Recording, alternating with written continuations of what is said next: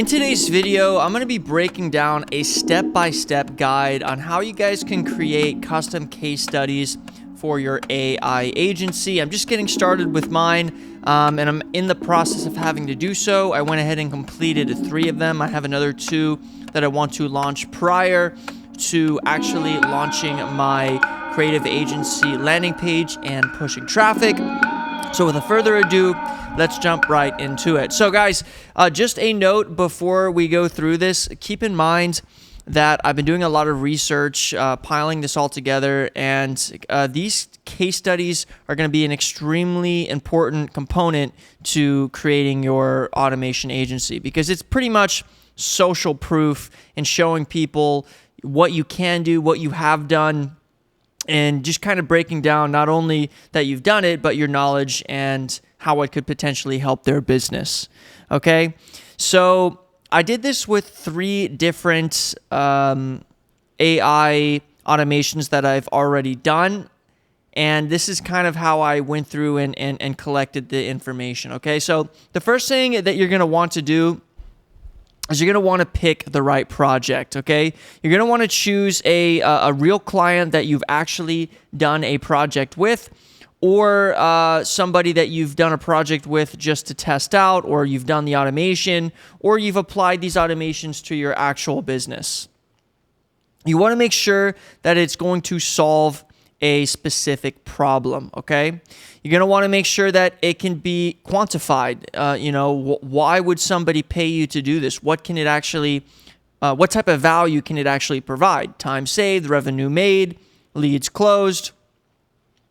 And then you're going to want to involve a clear step-by-step instruction on how you actually created this actual automation, okay? And also breaking down the softwares, for example, could be Make.com, OpenAI, Zapier, etc. Okay? And you don't need to be a big brand.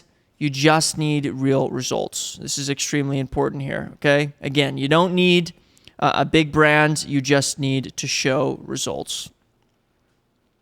So once you have kind of honed in on the problem that you're going to solve based on exactly who you're going to market to and what type of business that you're trying to go in and solve, you're going to want to get into the next step, and that's going to use the 7-part case study framework. And this is the layout that we're going to go through. Okay, so essentially what you're going to do is you're going to take that information. To be honest, you could even copy and paste this template. I'll put it in the description. Throw it into ChatGPT. Literally create a voice message on what problem that you're going to be solving and what you did for the customer step by step, and it will literally do this for you.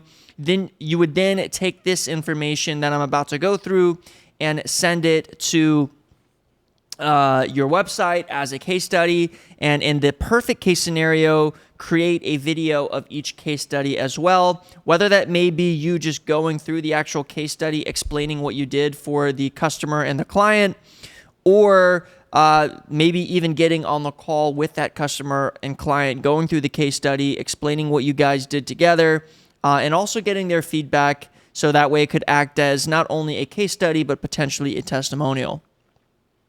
So the first is going to be the client profile. You just want to let people know, how big the team size was, what specific type of company it was. It doesn't necessarily need to be their company name, but just kind of who they are, what they do, what industry they are, and what their actual business model is, that so that you kind of understand their workflow beforehand. And then you also want to know who this case study is for. So for example, if you were doing a case study for a real estate investing company, you would want to let people know, like, hey, watch this case study because this one is literally for real estate investors. Or, vice versa, if it was an e-com brand or if it was any other sort of client profile for that specific case study, okay? And then you would just organize this information, make it look nice, make it look pretty, and move into step 2, which is going to be the problem. So what was broken or inefficient? What was costing them time, money, and opportunities? Were they overwhelmed, frustrated, losing leads? A lot of times you have to let them know what that problem might be, and you're going to have to break it down to them, okay? So let's use an example, hypothetically say that you're creating an automation that automates all of the leads that come in through various marketing streams and automatically pushes them into CRMs. Well, they might not necessarily know what the frustration is other than the fact that there might be saving time. You need to tell them. You need to say, hey, listen, if you had to input manually 100 leads, do you think that there might ever be some slippage or some mishaps or some mistakes? And do you think there might ever be opportunities or leads that might not make it to the CRM, especially if it's an employee doing it, not yourself? Yeah, that probably could happen, especially as you increase the amount of leads. How much time would it take to input all of these leads if you are doing it manually by copy and pasting all of this information in terms of the client's contact info, in terms of the client's name, in terms of the client's background, in terms of maybe the first conversation that you had with the client, in terms of the qualification information, okay? How long is it actually taking you, and how much time could it save if that whole process was automated?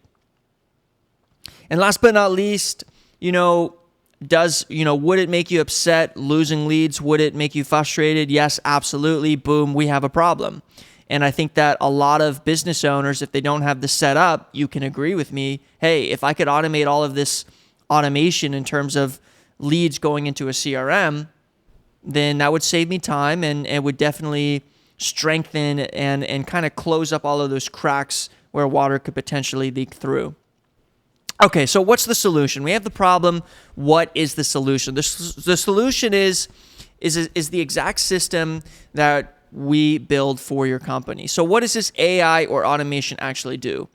This AI automation will take information and potential leads through various marketing streams, whether it is Facebook leads, whether it is Google leads, whether it is a cold call, calling a cold number that you use for intaking potential leads, whether it is a new text message from a client, whether it is a Instagram ad and somebody fills out a form, whether it is an email. It doesn't matter what it is.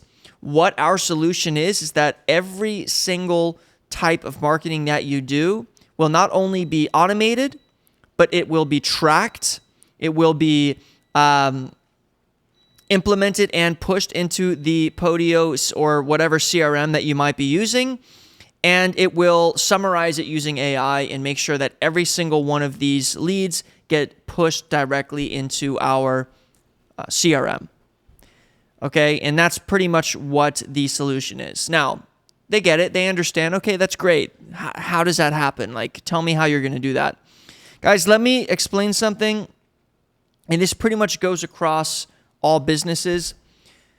Business owners and people that are buying services from you typically don't care about the extreme details of your, exactly how you're going to do it. They just care about the results. Now, you need to give them some sort of idea so that they understand what tools you might be using. But more importantly, the main reason that you want to do this is because you just want them to know that you are using these platforms, you have knowledge of these platforms, and you know exactly what needs to be done to get from A to Z.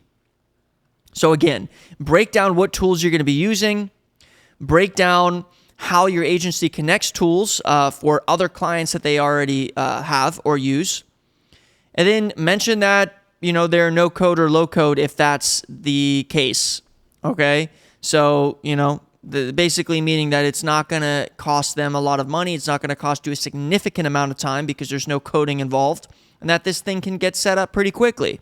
Speaking about the timeline, then we're going to get into the implementation and the timeline of the actual case studies. So day 1, we're going to do an audit. Day 3, we're going to build, base flows. 5, we're going to connect APIs. And 7, we're going to go live. So guys, this is just an example, but just kind of break down what that timeline might be for this specific case study that you've done with the client so that they have an idea of how long it's going to take and when they can expect the final deliverables, okay? And then we're going to get into the results and the ROI, okay? How much time did this save the company how many leads were reactivated, how many contracts were signed, and how many hours were reduced from using this system. Okay, use screenshots, use dashboards, use quotes, use information, try to use legitimate information that you actually were able to achieve from this client. And it could be as simple as calling the client that you did this automation for a month later and saying, hey, based on your calculations, could you give me an idea of potentially what this could have saved for you? And if they don't know, reverse engineer it. Maybe even build them a system so that you can get some trackable information, because trackable information equals results, and results and trackable information equals proof of concept. That's the most important part. What type of proof do you have that this is actually saving time? It's important to reiterate this and show this to your new potential customer. Last but not least, follow-up services or upsells. Just mention maybe what you end up doing with this client. Maybe they stayed on a retainer. Maybe you end up doing other automations or add-ons. Maybe you had an AI assistant for a different part of the business, or you created an AI agent or assistant for a different part. Just mention that in there so that they know, hey, even after they completed all of these AI automations for this case study, they still were able to do some business, okay? So guys, just some bonus tips. Always ask for a quote/testimonial from every single one of these guys that you do a case study for. It's important to add it into the case study. Maybe turn it into a Notion page, a PDF, or a Webflow portfolio item. Keep the tone focused on business outcomes, not just the tech side, and use it in your outreach process, okay? So guys, and very, very important part of this next step of my automation agency, and just an update, is that I'm creating case studies and I'm creating flows so that I can offer these flows and these case studies to potential paying customers in the very near future. And some people might say you don't need this before you go into business. That could potentially be correct, but then you're going to be doing a lot of custom projects, not really know how to sell the customer correctly. And at the end of the day, I could go ahead and start outreach without all of these items just to get a customer as quickly as possible.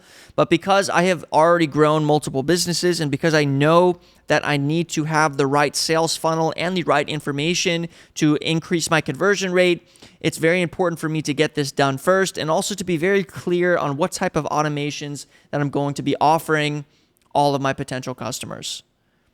So with further ado, if you guys enjoyed the video, make sure to leave me a like. Make sure to subscribe to the channel for more automation tips and tricks. And keep in mind, I'm literally tracking the entire progress. I'm only 1.5 weeks in on my automation business agency journey. So follow along, subscribe to the channel. And as always, guys, peace out.